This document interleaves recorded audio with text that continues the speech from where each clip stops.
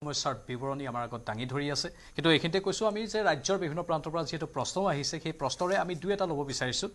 এজন সদাশয় দৰ্শকে আমালৈ এটা প্ৰশ্ন প্ৰেৰণ কৰিছে যে বৰ্তমান অসম চৰকাৰে 1 লাখতকৈ অধিক নিযুক্তিৰ প্ৰতিশ্ৰুতি পূৰণ কৰিবলৈ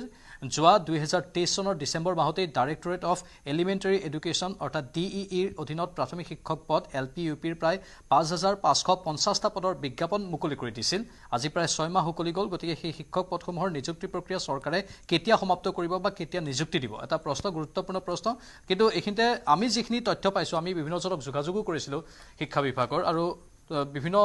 জনৰ পৰা অহা তথ্য অনুসৰি যেহেতু মাজতে নিৰ্বাচনৰ বাবে কোড অফ কণ্ডাক্ট লাগি গৈছিল সেই কামটো অলপ মাজতে 3-4 মাহ বিলম্ব হৈ গল কিন্তু এতিয়া জুন জুলাই ভিতৰতে সেইখিনি হ'ব পাৰে বুলি এটা আমি তথ্য পাইছো সেইখিনি কিমান সত্য এই মুহূৰ্তত আমি ক'ব নোৱাৰিম কিন্তু লক্ষ্য কৰিম আমি সংবাদ মাধ্যম হিচাপে যে সেইখিনি কাম সোনকালে হয় নে নহয় যদি নহয় স্বাভাৱিকতে আমি বাতৰি হিচাপে সম্প্ৰচাৰ কৰিম আৰু এটা প্ৰশ্ন আহিছে যে শিক্ষক